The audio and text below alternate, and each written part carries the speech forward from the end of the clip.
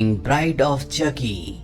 इस कहानी की शुरुआत में हमें एक पुलिस ऑफिसर को दिखाया जाता है जो पुलिस महकमे से लॉकर से एक बैग चुरा कर निकल जाता है और जब वो अपनी गाड़ी में जा रहा होता है तभी पीछे से कोई उस पर हमला करके उसे मार देता है। दरअसल ये चार्ल्स रे की गर्लफ्रेंड होती है जिसकी आत्मा उस डॉल के अंदर थी जिसे पिछली कहानी में नष्ट कर दिया गया था और जिस बैग को पुलिस वाला चुरा कर लाया है टिफनी ने ही इस पुलिस ऑफिसर को उस बैग को चुराने के लिए कहा था और अब ये बैग टिफनी के पास है। इस बैग के अंदर उसी डॉल के पार्ट्स होते हैं जिसके अंदर कभी चार्ल्स की आत्मा थी, जिस डॉल का नाम चकी था।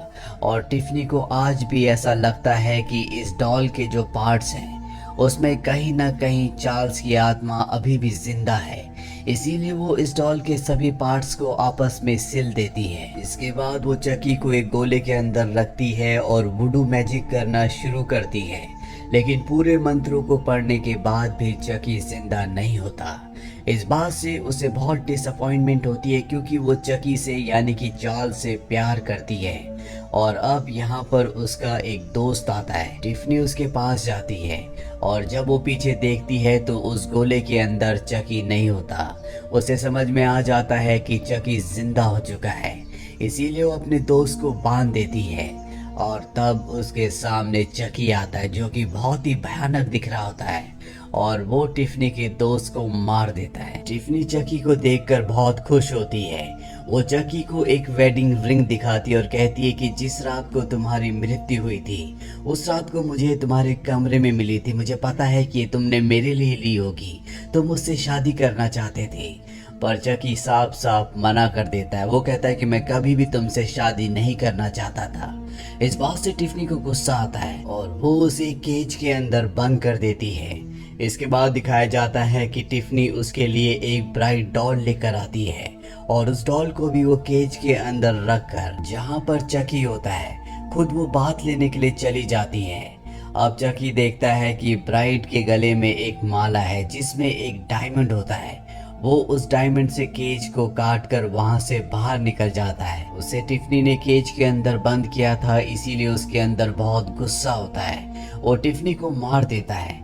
इसके बाद उसके पास जो ब्राइड डॉल होती है वो उस डॉल को टिफनी की बॉडी के पास रखता है और वुडू मैजिक करता है जिससे वो टिफनी की सोल को ब्राइड डॉल के अंदर ट्रांसफर कर देता है। टिफनी को जब होश आता है तो वो देखती है कि उसकी आत्मा एक डॉल के अंदर कैद है।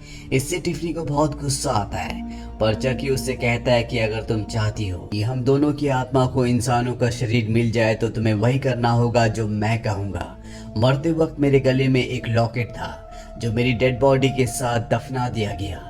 हमें किसी भी कीमत पर उस लॉकेट को हासिल करना होगा। लेकिन चार्ल्स की बॉडी को न्यू जर्सी में दफनाया गया था जो कि यहाँ से बहुत दूर होती है और ये दोनों अकेले यहाँ पर नहीं जा सकते। इसीलिए टिफनी अपनी नेबर जेसी को कॉल करती है और कहती है कि मेरे घर में 2 डॉल है, तुम उन्हें न्यू जर्सी तक पहुँचा दो। इस काम के बदले मैं तुम्हें $1000 दूंगी। जेसी उसकी बात मान जाता है और वो दोनों डॉल्स को टिफनी की गाड़ी में लेकर निकल जाता है। रास्ते में वो अपनी गर्लफ्रेंड के पास जाता है और कहता है कि मैं तुमसे शादी करना चाहता हूँ, हमारी शादी तुम्हारे घर वाले कभी नहीं होने देंगे, क्यों ना हम भाग जाएं। उसकी गर्लफ्रेंड भी मान जाती है। वो अपना सामान लेने के लिए घर के अंदर जाती है। यहाँ पर जेड के अंकल होते हैं जो सब कुछ देख रहे होते हैं और वो जेसी को बिल्कुल पसंद नहीं करते। वो नहीं चाहते कि जेड जेसी के साथ जाए, वो एक पुलिस वाले हैं, इसीलिए वो जेसी की गाड़ी के अंदर ड्रग्स रख देते हैं ताकि उसे रास्ते में पुलिस पकड़ ले। पर उसे नहीं पता होता कि उसे ऐसा करते हुए चकी और टिफनी देख रहे हैं। अभी सब के सब गाड़ी से इस जगह से निकल जाते हैं और तभी रास्ते में पुलिस की गाड़ी इन्हें रोक लेती है। पुलिस ऑफिसर इनकी गाड़ी की तलाशी लेता है जिसमें उसे वो नशीले पदार्थ मिल जाते हैं जो जेड के अंकल ने गाड़ी में रखे थे। इन दोनों को पकड़ लिया जाता है और इसके बाद पुलिस ऑफिसर अपनी गाड़ी में आकर जेड के अंकल को ये इन्फॉर्मेशन दे रहा होता है। तभी चुपके से चकी वहां पर पहुंच जाता है और वो उसकी गाड़ी के गैस टैंक में आग लगाकर गाड़ी को ब्लास्ट कर देता है जिससे उसकी मृत्यु हो जाती है। इस मौके का फायदा उठाकर जेड और जेसी यहाँ से निकल जाते हैं। इन दोनों के बीच में लड़ाई होना शुरू हो जाती है क्योंकि जिस पुलिस ऑफिसर की मृत्यु हुई है उसकी मौत का इल्जाम इन दोनों में से एक के सिर के ऊपर है। लेकिन लड़ाई झगड़े के बाद भी ये दोनों एक दूसरे से रास्ते में चर्च में शादी कर लेते हैं, क्योंकि एक दूसरे से बहुत प्यार करते हैं। वहीं गाड़ी में टिफनी और चकी रोमांटिक गाने सुन रहे होते हैं। अब जेड और जेसी रात को एक होटल में स्टे करने के लिए जाते हैं। यहाँ पर एक और कपल होता है जो जेड का पर्स चुरा लेती है और ये टिफनी देख लेती है और रात को वो इन दोनों को, यानी कि इस कपल को जिसने जेड का पर्स चुराया था, उन दोनों को मार देती है। टिफनी के इस काम से चकी बहुत ज्यादा खुश हो जाता है और वो तय करता है कि वो टिफनी से शादी करेगा। उसके पास जो वेडिंग रिंग होती है वो टिफनी को पहना देता है। टिफनी की आंखों में भी खुशी के आंसू आ जाते हैं। वहीं दूसरी तरफ जेड और जेसी दोनों के दोनों परेशान होते हैं कि इनके साथ क्या हो रहा है। जेड अपने एक दोस्त को कॉल करती है जो इन्हें बताता है कि पुलिस तुम्हारे पीछे है। ये सुनने के बाद ये दोनों घबरा जाते हैं और अगली सुबह जब ये उठते हैं तो इन्हें पता चलता है कि होटल में एक रात पहले जो कपल इन्हें मिला था उन दोनों का मर्डर हो चुका है। ये दोनों के दोनों अपनी डॉल्स लेकर यहाँ से निकल जाते हैं। इनका दोस्त जिसे रात को जेड ने कॉल किया था वो भी इनके पास आ जाता है, पर अब जेड और जेसी एक दूसरे पर शक कर रहे होते हैं, क्योंकि जहाँ भी ये जा रहे होते हैं वहाँ पर लोगों की हत्याएं हो रही होती हैं। लेकिन इनका दोस्त कहता है कि मुझे तुम दोनों पर विश्वास है, तुम दोनों को भी एक दूसरे पर विश्वास रखना चाहिए। मुझे पूरा यकीन है कि तुम दोनों में से कोई भी कातिल नहीं है। लेकिन बहुत देर तक उसका यकीन उसके साथ नहीं रहता। उसे गाड़ी में जेड के अंकल की, जो कि एक पुलिस ऑफिसर है जिन्होंने इनकी गाड़ी में ड्रग्स रखा था, उनकी डेड बॉडी मिलती है। वो डेड बॉडी की गन निकालकर इन दोनों के ऊपर पॉइंट कर देता है। उसे पूरा यकीन हो चुका है कि जेड और जेसी ही कातिल है। पर तभी यहाँ पर टिफनी और चकी अपनी असलियत इन तीनों के सामने जाहिर कर देते हैं। वो इन तीनों को गन पॉइंट पर ले लेते हैं। ये देखकर जेड और जेसी का जो दोस्त होता है वो यहाँ से भागना शुरू कर देता है। तभी वो एक गाड़ी से टकरा जाता है जिससे उसकी मृत्यु हो जाती है। और अब टिफनी और चकी इन दोनों को गन पॉइंट पर लेकर यहाँ से चलने को कहते हैं। रास्ते में ये एक दूसरी गाड़ी को चुरा लेते हैं और अब इस गाड़ी में ये अपने आगे का सफर तय करते हैं। टिफनी और चकी ने इन दोनों को अपना पूरा प्लान बता दिया होता है। इस नई गाड़ी में एक छोटी सी किचन भी होती है।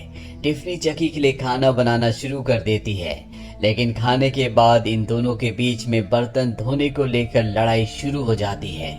और इसी बात का फायदा उठाकर जेड, जिसे चेयर के साथ बांधा गया होता है, वो टिफनी को लात मारकर ओवन के अंदर गिराकर बंद कर देती है। वही जेसी चकी को गाड़ी से नीचे फेंक देता है। इन दोनों को लगता है कि इनकी जान बच गई, लेकिन चकी इतनी आसानी से हार मानने वाला नहीं होता। वो इनकी गाड़ी पर फायर करता है जिससे इनकी गाड़ी का एक्सीडेंट हो जाता है। और तभी टिफनी, जिसे माइक्रोवेव के अंदर बंद कर दिया गया था, जो लगभग पूरी तरह से जल चुकी होती है, वो माइक्रोवेव से बाहर आ जाती है और इसके बाद वो जेड के ऊपर हमला कर देती है। लेकिन तभी वहां पर जेसी आ जाता है। वो टिफनी को उठाकर फेंक देता है। जेड वहां से निकल जाती है, लेकिन जेसी अब भी टिफनी का पीछा कर रहा होता है। और इसी मौके का फायदा उठाकर चकी जेड को गन पॉइंट पर ले लेता है और उसे उस कब्रिस्तान में चलने को कहता है जहां पर वो ताबूत है जिसके अंदर उसकी डेड बॉडी है, जिस बॉडी के अंदर वो लॉकेट है, जो लॉकेट चकी को चाहिए। चकी जेड को लेकर वहां पर पहुंच जाता है और उसे ताबूत के अंदर से लॉकेट लाने को कहता है। और अब चकी के पास वो लॉकेट आ चुका है। तभी यहाँ पर जेसी आ जाता है जिसके पास टिफनी होती है। जेसी के पास भी गन होती है और वो टिफनी की जिंदगी से जेड की जिंदगी का सौदा करता है। जेड अब जेसी के पास वापस आ जाती है। चकी कहता है कि मुझे टिफनी की कोई भी जरूरत नहीं है और अब वो एक चाकू फेंक कर मारता है। जेसी जेड को बचाने के लिए खुद आगे आ जाता और चाकू उसकी बैक पर लग जाता है। इसके बाद चकी इन दोनों को वहां पर बांध देता है।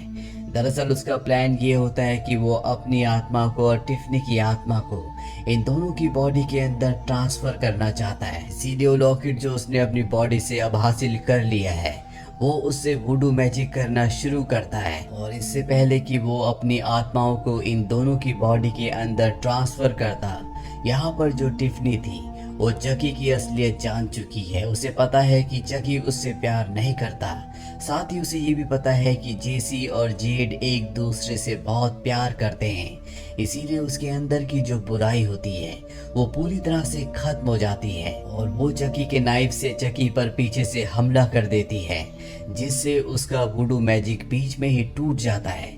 इसके बाद चकी के बीच में और टिफनी के बीच में एक घमासान फाइट होती है, लेकिन चकी टिफनी को मार देता है। और इससे पहले कि वो अपना वुडू मैजिक दोबारा शुरू करता, जेसी जिसने अपने आप को आज़ाद कर लिया था, वो शॉवेल से चकी के ऊपर हमला करता है और चकी अपनी ही ग्रेव के अंदर जा गिरता है। ठीक इसी पल एक प्राइवेट इन्वेस्टिगेटर इनका पीछा करते हुए यहाँ तक पहुँच जाता है। वो देखता है कि चकी इन्हें धमकी दे रहा है कि मैं वापस लौट कर जरूर आऊंगा, और तभी जेड गन उठाती है और चकी के दिल पर कई गोलियां चलाती है, जिससे चकी की मृत्यु हो जाती है।